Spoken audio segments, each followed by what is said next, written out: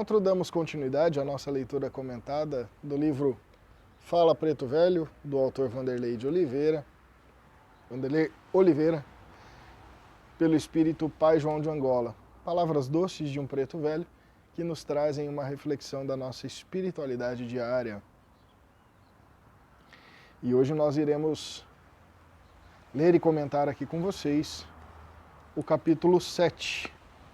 Dependência emocional, a pior doença energética.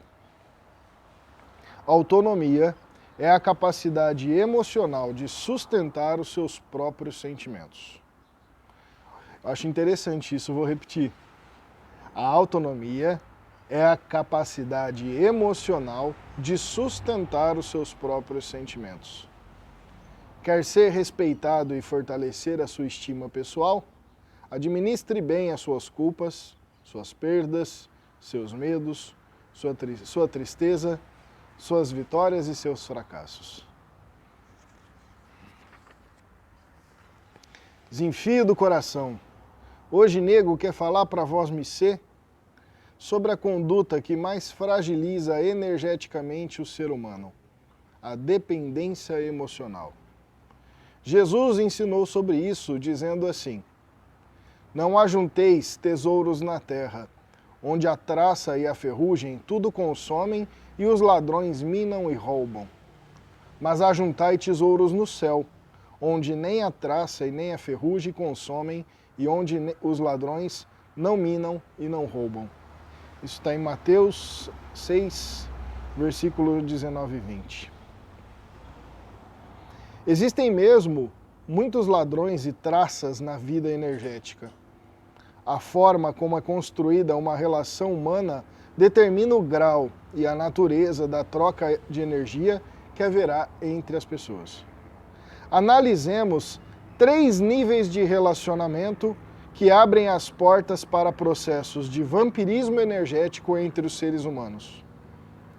Existem as relações invasivas, marcadas por desrespeito à vontade e à escolha alheia. Nesse tipo de relação, é a nossa prepotência de supor o que é melhor para quem amamos que sobrecarrega a convivência com atritos e desgastes desnecessários. Existem as relações tóxicas, que são aquelas nas quais o modo invasivo tornou-se uma rotina, adoecendo o relacionamento com ciúme, inveja, maus tratos e muita dominação, tornando as relações pesadas e possessivas. E existem as relações destrutivas, que são as formas de troca violentas e infelizes, as quais podem chegar à agressão física e à exploração do outro em todos os sentidos possíveis. Em quaisquer desses níveis de relações sociais, há a presença de vampirismo energético, que produz doenças, contrariedades, abusos, vícios, manipulação, prisão e morte. Diante desses quadros de enfermidade, deparamos-nos com uma questão essencial. As pessoas ficam muito preocupadas com quem lhes retira energia ou lhes faz mal por meio de magia, olho gordo, disputas e outras maldades, enquanto deveriam questionar como elas próprias abrem as portas para que essa maldade do outro as atinja. Cada um de nós é responsável pelo que acontece a si mesmo. Quando há esse exame das causas da perda energética do lado de fora, estamos agindo como se não fôssemos responsáveis pela nossa vida e, ao mesmo tempo, dando poder a outras pessoas para dirigir nossa existência. Sabe por que outra pessoa lhe rouba a energia? Porque vós-me-sé lhe concede a chave para abrir a porta da vida interior e lhe permite ser invasiva, tóxica e destrutiva. É vós-me-sé que faz o mesmo com muitas pessoas, porque tem dependência emocional em relação a elas. Vamos registrar algumas frases típicas de dependência emocional. Se meu filho morrer, eu morro com ele. Você é a pessoa mais importante da minha vida. Eu não sou capaz de viver sem você. Se eu disser não a ele, me sinto culpado. Só sou feliz quando ele ou ela está comigo. Os opressores usam o seu medo, sua culpa, seu ciúme, a sua limitação em se impor para tirar proveito. Quando você entrega a alguém o direito de ser mais importante que você mesmo, sua vida está desprotegida. Sem estima pessoal sólida, sem auto-amor, a aura fica aberta às influências da vida.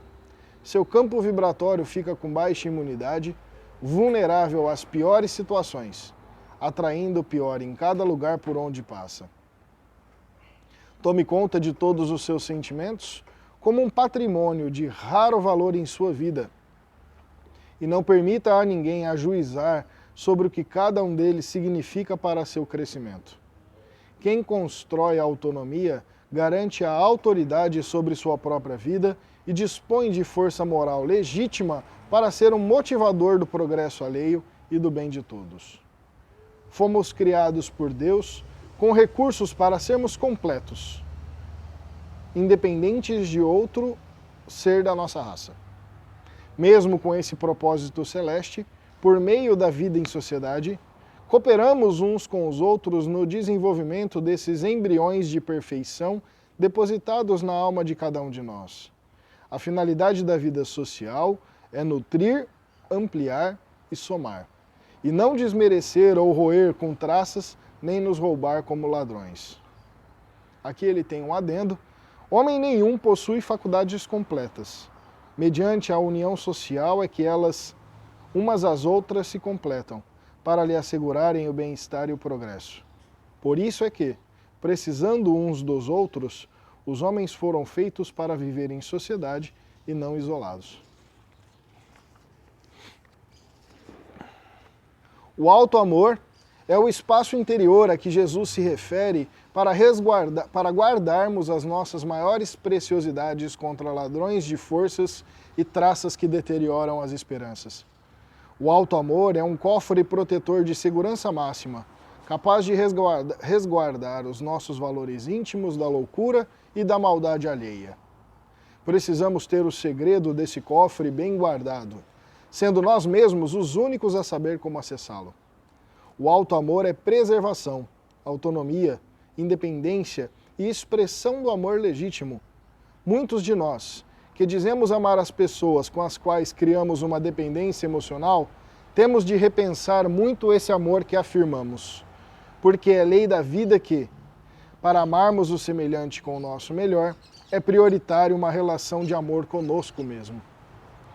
Quando dizemos amar sem aplicarmos amor a nós mesmos, na maioria dos casos, estamos projetando o nosso lado carente, medroso, possessivo e instável em alguma pessoa, para que ela tome conta de nossos sentimentos e se responsabilize pelo que achamos que não somos capazes de cuidar. Nesse quadro, o sentimento de amor fica contaminado pelas doenças da sombra interior. Os fios ficam muito preocupados com a atuação de espíritos que fazem com que seus corações fiquem sofridos de amor. Mas a verdade é que os espíritos já não estão aguentando as traquinagens emocionais às quais muitos se submetem. Ficam preocupados em saber quem são os ladrões e as traças que lhes roubam e atrapalham a vida do lado de cá, mas não são capazes de gerenciar suas próprias emoções. Estimem-se, meus filhos. Valorizem suas vitórias. Concedam-se o direito de ser feliz. Parem de mendigar o amor alheio. Façam-se merecedores de pessoas melhores. Limpem de suas mentes as ideias infelizes que precisam aguentar alguém para serem felizes. Não tenham medo de serem rejeitados. Quando nos amamos, atraímos pessoas que merecem nosso amor. No entanto, se formos o nosso próprio inimigo e nos tratarmos com negativismo, atrairemos apenas pessoas do mesmo teor de energias enfermas. Muito bom esse capítulo, hein? Muito bom. Esse é um capítulo que a gente pode abordar em nossos comentários, que talvez esse seja uma das amplitudes em que todos nós estamos inseridos, de maneira quase que integral, de maneira singular, né?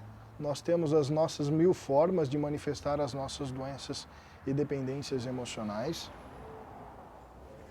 Existe um processo pelo qual, inclusive, eu posso afirmar categoricamente que eu passei, e aí vocês podem analisar até que ponto vocês passaram também. Quando a gente acha, né, que essa construção relacional passa pelo amor, e quando a gente vê, a gente já está imerso na doença, né, da dependência, né? Então a gente cria um pseudo-amor na nossa cabeça e de repente a gente vê que isso tudo foi uma baita de uma ilusão. Podemos abordar esse assunto dizendo categoricamente que a dependência emocional, de maneira geral, tá, em todos os níveis, mãe, filho, homem, mulher, enfim, trabalho, né, e chefe, essas coisas, todos esses níveis estão profundamente presos nas pessoas e muitas das vezes são os fatores que de fato as levam para o terreiro, né? E aí existem terreiros que vão abordar essa temática num ponto de vista quase que puramente espiritual, fomentando ou validando a avalia de que aquela pessoa tem uma influência energética sobre-humana diante daquele processo todo, né? E pessoas responsáveis como nós estamos tentando ser, tentar ampliar a visão de como se constrói, se mantém e se extingue, se for o caso, essas relações emocionais doentias, né?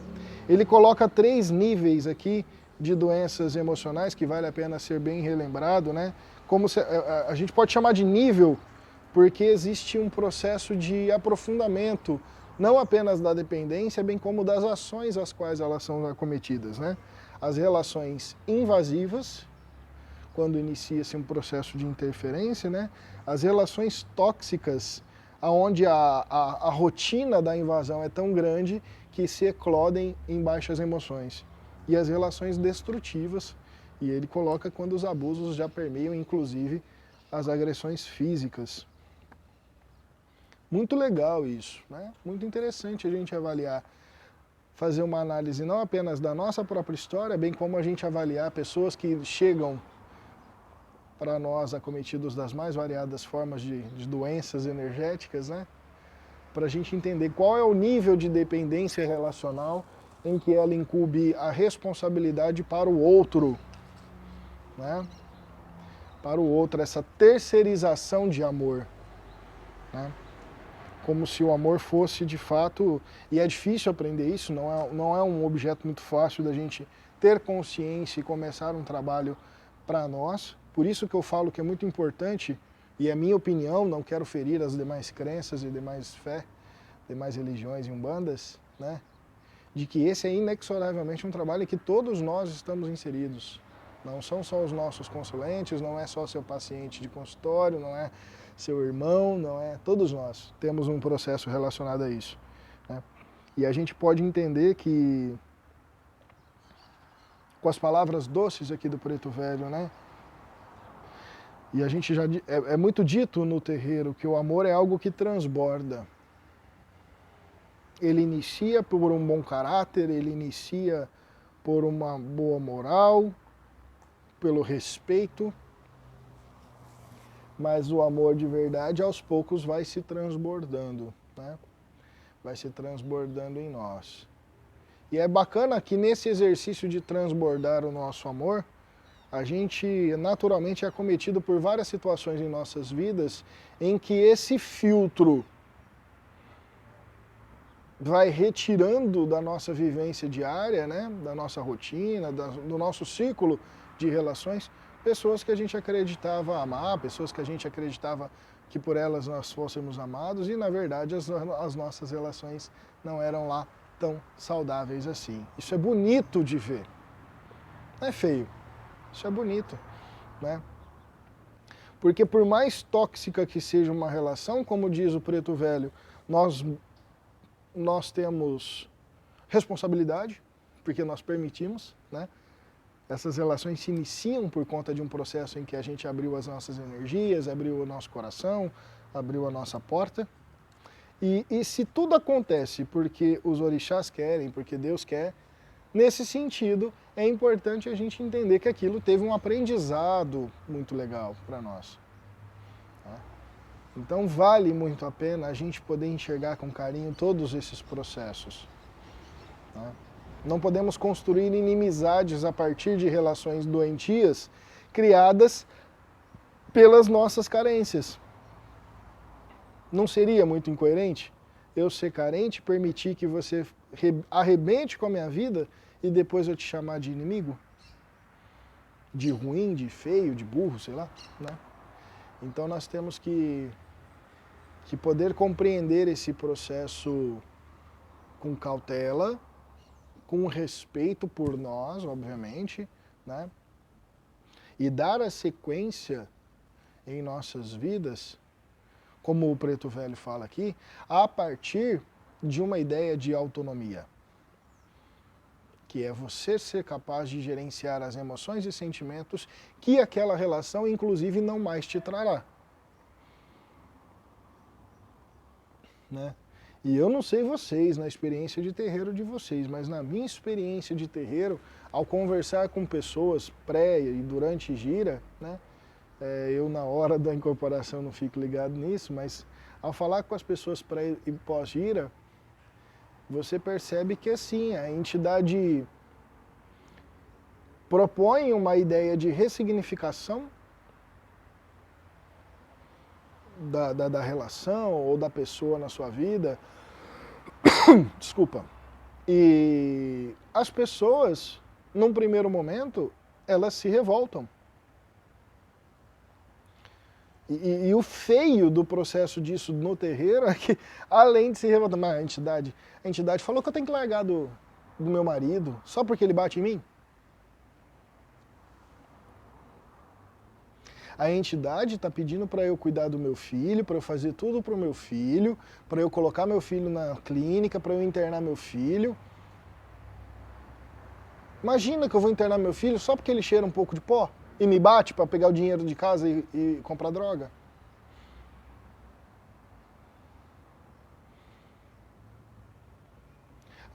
Eu fui estuprada a minha vida inteira, coisas que eu já ouvi em terreiro, tá? Eu fui estuprada minha vida inteira pelo meu pai, mas eu aprendi na igreja católica que a gente honra pai e mãe. E eu tenho que aceitar as coisas que meu pai me fez a vida toda, de coração. Porque na igreja eu aprendi isso. Eu ouvi isso de uma mulher de 20 e poucos anos que morava com o pai e era estuprada desde os 4.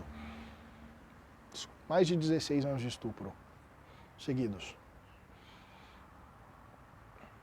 Estou dando exemplos grandes que ocorrem e já ocorreram no terreiro, em que a entidade acaba sendo subjugada por conta de uma orientação que passa para os filhos de santo e para os frequentadores do terreiro, e as pessoas ainda assim não se tocam.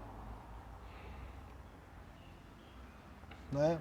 Agora, num processo mais fino, num processo mais leve, né, vamos colocar as nossas relações de amizade, de sexo, de trabalho, de família. Né? A qual dessas pessoas você coloca aquelas importantes frases que ele fala aqui, né? Eu gostei dessa didática que ele adotou nesse caminho aqui, né? Você é a pessoa mais importante da minha vida. Eu não sou capaz de viver sem você. Isso aqui em fim de relação é clássico, né? Se eu disser não a ele, me sinto culpado. Esse também é clássico para mãe e filho, pai e filho, essas coisas. Só sou feliz quando ele está comigo. Olha só que beleza. São frases clássicas mesmo, né? Para quem você diz isso nessas instâncias das suas relações? Né? Toda a sabedoria de orixá, né? Sabedoria do Iwapelê, sabedoria de Ifá, né? quando a gente entende um pouco da questão do orixá, a gente sabe que o orixá, nas suas perfeições e imperfeições, quando explicada através da antropomorfização da sua existência, coisa que não é real, mas a gente não é o assunto agora. Mas a gente tem na sabedoria de orixá, por exemplo, um processo de perfeição e imperfeição daquilo que a gente precisa ser e é, como manifestação dual, num processo 100% autônomo. Né? Gosto da ideia do orixá como força, como vida e na explicação ele é literalmente autônomo. Tem a experiência cristã, para quem é mais afinizado a ela, né? Da premissa cristã que diz que o amor verdadeiro cristão é aquele em que você dispõe-se de si para dispor-se ao outro. Nesse sentido, a gente tem aqui a validação das palavras de Preto Velho na sabedoria de orixá, na sabedoria cristã, em que diz que a gente precisa ter no alto amor a prática de autonomia e libertação dessas relações doentias, emocionais, energéticas que a gente constrói ao longo da nossa história. Sem julgo, isso acontece com você, acontece comigo, acontece com todo mundo. Cabe a nós, a cada momento, no nosso processo de autodesenvolvimento, reobservar essas relações com mais carinho, a fim de que a gente possa, a partir da, não necessariamente libertação, mas da ressignificação desses processos, poder garantir, né? Garantir liberdade ao outro para ter liberdade a si mesmo. Acho que é importante isso, a gente avaliar. E para a sabedoria de terreiro, um capítulo importante presente nesse livro aqui, para a gente poder ampliar discussões das carências, das doenças emocionais às quais as pessoas são levadas para os terreiros. E talvez um pouco pior, né? Com esse processo de pandemia que a gente está vivendo, para a gente poder atuar com amor, com sabedoria, para a gente atuar com certeza e que os nossos guias que já realizam um maravilhoso trabalho, poder dissolver aquilo que há de ruim e imantar aquilo que há de bom em nós, todo sempre. Vai demorar para a Gira voltar, mas uma hora ela volta.